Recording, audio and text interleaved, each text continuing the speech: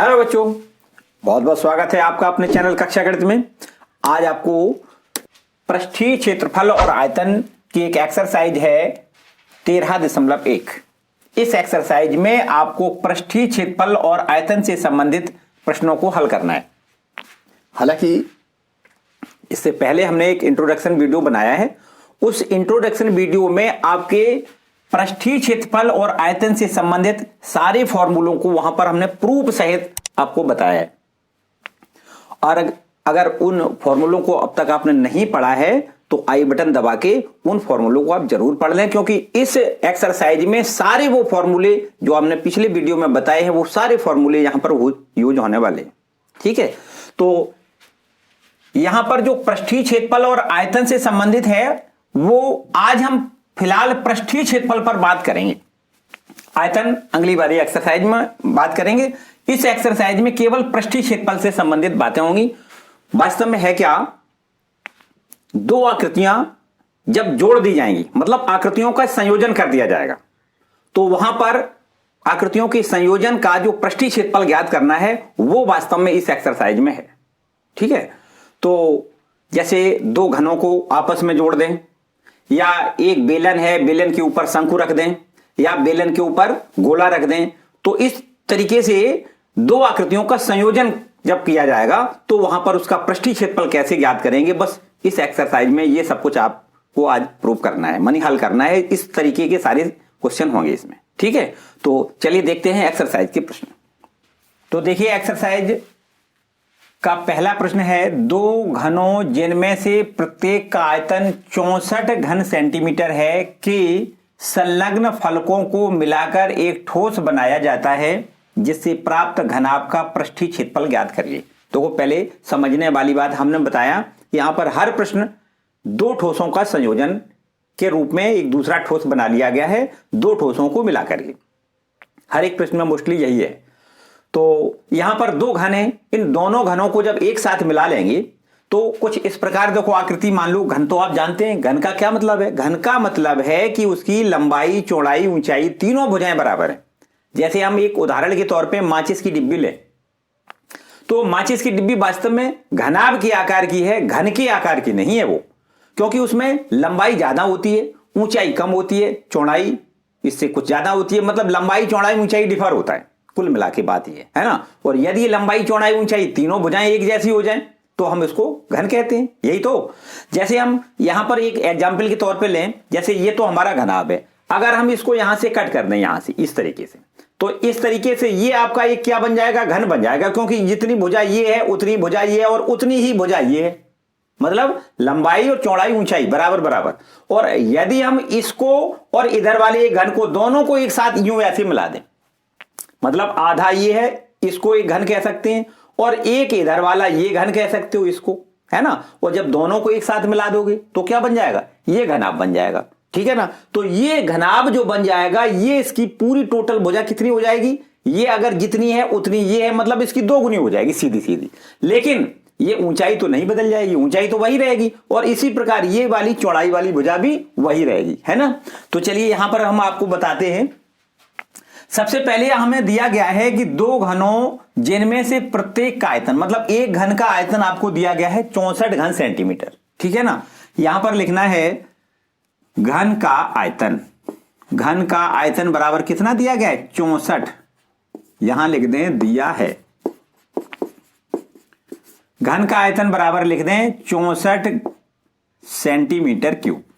घन का आयतन बराबर तो जानते हो भुजा क्यूब होता है। अगर हम भुजा ए मान लें तो ये हो जाएगा ए क्यूब बराबर 64। ठीक है ना।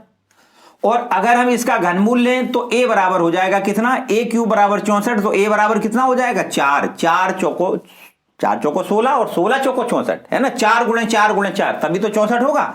तो ए बराबर आपका कितना हो जाएगा? 4 सेंटीमीटर। मानी उस घन की भुजा निकल आई 4 सेंटीमीटर। चलिए देखो, यहां पर हम थोड़ा आइडियल चित्र बनाएंगे, बिल्कुल ओरिजिनल नहीं है। ये देखो एक घन है, इसकी ये भुजा कितनी है? 4 सेंटीमीटर, ये इस तरीके से। ठीक है ना। और एक दूसरा घन इसी के बिल्कुल जस्ट यहां पर सटा के रख दिया गया है इस तरीके से। संलग्न फलकों को जोड़ करके इस तरीके से, है ना, जो आपस में ये फलक और ये फलक आपस में जोड़ दें। तो इस तरीके से जैसे कि हमने आपको ये बताया, ये डिब्बा बताया ना, इस तरीके का बन गया। ये आधा, एक ये आपका घन है, एक इधर का घन है, तो दोनों को एक साथ मिला दोगे तो ये टोटल भुजा आपकी कितनी हो जाएगी? ये देखो टोटल हो जाएगी 4 इधर और 4 इधर को मिला दें तो ये टोटल बन जाएगी कितनी? 8 सेंटीमीटर। ठीक है ना। बस लेकिन हमने आपको बताया कि यही भुजा अकेली बढ़ेगी, ऊंचाई तो भैया जो इसकी थी वही तो इसकी है। मतलब टोटल जो आकृति बन गई है घनाभ की आकृति, उसकी ऊंचाई वही रहेगी और वही उसकी चौड़ाई रहेगी। तो देखो यहां पर हम ऐसे लिख दें, ठीक है, क्या लिख दें? यदि दो घनों को सटाकर रख दिया जाए तो प्राप्त आकृति घनाभ की होगी। प्राप्त आकृति क्या होगी? घनाभ की आकृति होगी, जिसकी लंबाई कितनी हो जाएगी? जिसकी लंबाई बराबर हो जाएगी कितनी? 4 + 4 मानी 8 सेंटीमीटर, तथा चौड़ाई वाली भुजा जो होगी वो आपकी 4 ही रहेगी और ऊंचाई वाली भुजा होगी वो भी आपकी 4 सेंटीमीटर ही रहेगी। ठीक है। बस अब आपको इस आकृति का क्या निकालना है? पृष्ठीय क्षेत्रफल, मानी घनाभ का पृष्ठीय क्षेत्रफल निकालना है। आपको लिखना है घनाभ का पृष्ठीय क्षेत्रफल। घनाभ का पृष्ठीय क्षेत्रफल बराबर क्या होता है? आपको हमने फॉर्मूला बताया है, 2 ब्रैकेट में L × B + B × H + H × L। ठीक है। बस इसको यहां रख दें तो देखो लंबाई मानी ये दो 8 सेंटीमीटर, 2 की जगह 2 लिख दें, लंबाई में लिख दें 8, इंटू चौड़ाई में लिख दें 4, प्लस फिर 4 × 4 प्लस 4 × L का मान कितना लिख दें? 8। लंबाई केवल 8 है, बाकी सभी भुजाएं 4 है। ठीक है ना। तो बस यहां पर देखो एक लाइन और नीचे लिख दें, 2 इंटू में देखो 8 चौको 32 प्लस 4 चौको 16 और प्लस 4 अट्ठी 32, ये भी हो जाएगा। तो यहां पर देखो इसका आंसर हम लिख देते हैं, हो सकता है वहां दिखाई ना दे तो यहां लिख दें, इसका आंसर यहां लिख दें। देखो 2 इंटू में इसको जोड़ दें, 32 और 32 64 हो जाएगा, और 64 में आपको जोड़ना है कितना? 64 प्लस 16 कितना हो जाएगा? 2 इंटू में 6 4 10 और 7 और 1 8 मानी 80 हो गया। 2 का गुणा कर देंगे तो 8 दूनी 16, 160 वर्ग सेंटीमीटर। आपको एक और याद रखना है कि जब क्षेत्रफल निकालेंगे पृष्ठीय क्षेत्रफल तो आपको इकाई में वर्ग सेंटीमीटर, अथवा अगर भुजा मीटर में दी जाए तो वर्ग मीटर भी लिखना कतई मत भूलें, बिल्कुल लिखना है निश्चित रूप से। ठीक है ना। तो जो ये आपका क्षेत्रफल का जो आंसर आएगा उसका आंसर में आपको लिखना है, इकाई क्या लिखना है? वर्ग सेंटीमीटर, अथवा अगर भुजाएं मीटर में है तो लिखना है वर्ग मीटर। ठीक है, क्लियर हो गया? कोई डाउट नहीं? देखिए आपको जो इबारती प्रश्न होते हैं, यहां नहीं कहीं भी, जहां भी कहीं इबारती प्रश्न मिले तो उनको बहुत आसानी से पढ़ना है, बहुत ध्यान से पढ़ना है कि हमें क्या दिया गया है और हमें क्या पूछा गया है। एक बार में समझ ना आए उसको दोबारा रिपीट कर लें, हड़बड़ाहट में कोई काम नहीं होता है। इसको बहुत ध्यान से पढ़ेंगे और इसके बाद समझेंगे कि हमें ये दिया गया है, हमसे ये पूछा गया है, तो आसानी से प्रश्न हल हो जाएगा। कतई आपको परेशान होने की जरूरत नहीं है। ठीक है। यहां पर हमने अभी आपको एक प्रश्न बताया और बाकी सारे प्रश्न बिल्कुल एक एक करके हम आपको पूरे हल करवाएंगे। कतई आप परेशान ना हो, वीडियो को बिल्कुल लास्ट तक देखें और अंत तक जब देखेंगे तो आपको ये अपने आप लगेगा कि हाँ भाई हमने कुछ सीख लिया है। ठीक है। तो चलिए प्रश्न संख्या दूसरा देखते हैं।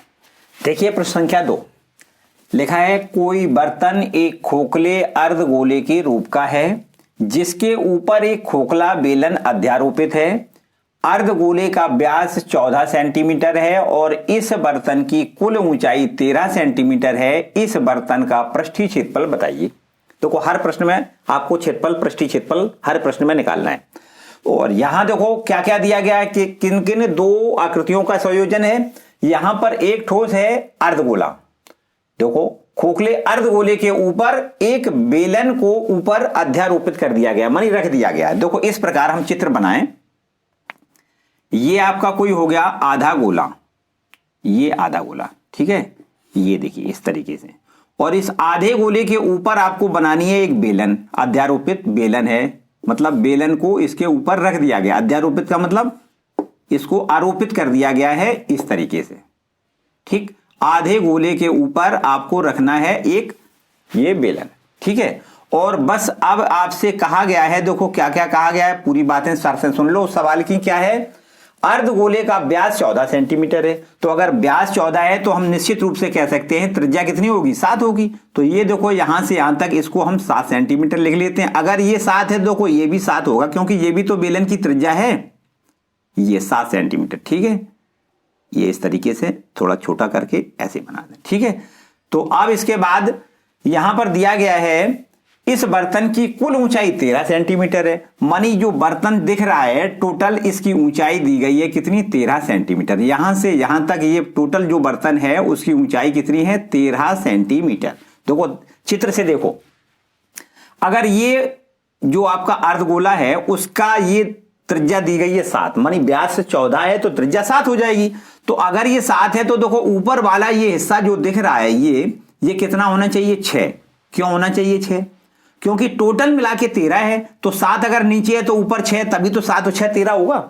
समझ में आ रहा ना। जो बेलनाकार भाग है इसका, इस बर्तन का जो बेलनाकार भाग है उसकी ऊंचाई केवल 6 सेंटीमीटर है, और जो आपका अर्धगोला है उसकी त्रिज्या है 7 सेंटीमीटर। तो 7 और 6 13 हो जाएगा। टोटल आपकी ऊंचाई इस बर्तन की 13 सेंटीमीटर है, ठीक है ना।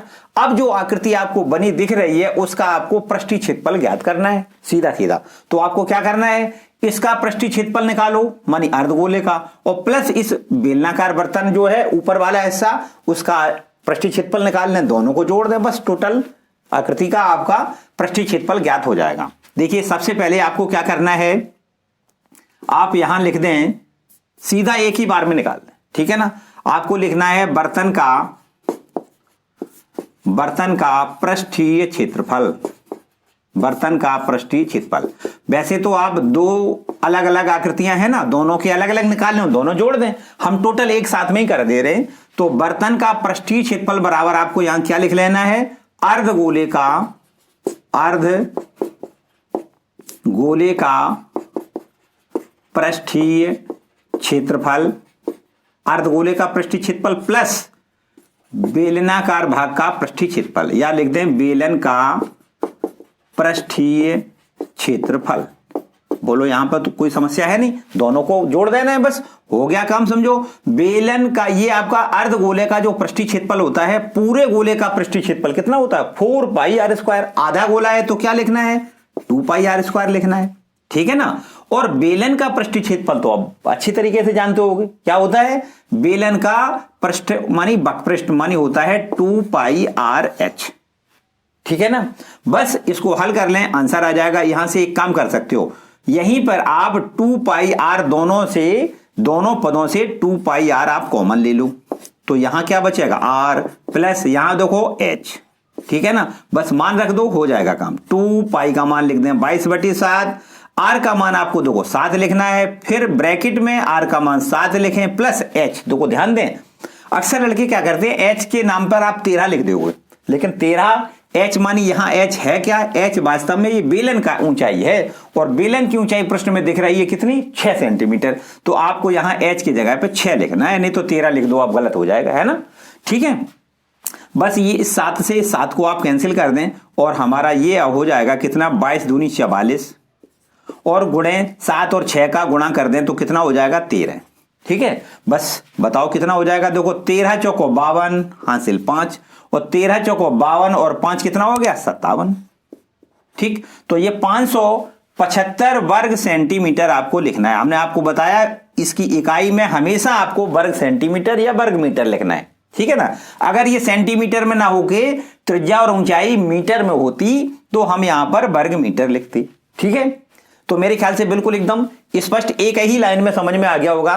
वैसे तरीका यह भी हो सकता है कि पहले आप इसका इधर इतने का मानी अर्धगोले का पृष्ठीय क्षेत्रफल अलग निकाल लें, बेलन का पृष्ठीय क्षेत्रफल अलग निकाल लें, फिर दोनों को जोड़ दें। हमने सीधा सीधा एक ही बार में लिख दिया है, पूरा बर्तन जो दिख रहा है उसका पृष्ठीय क्षेत्रफल बराबर अर्धगोले का पृष्ठीय क्षेत्रफल प्लस बेलन का पृष्ठीय क्षेत्रफल, दोनों को एक साथ रख दिया, दोनों के फॉर्मूले लिख दिए, दोनों के मान लिख दिए, हो गया काम, ठीक है ना। क्लियर? चलिए नेक्स्ट क्वेश्चन देखते हैं।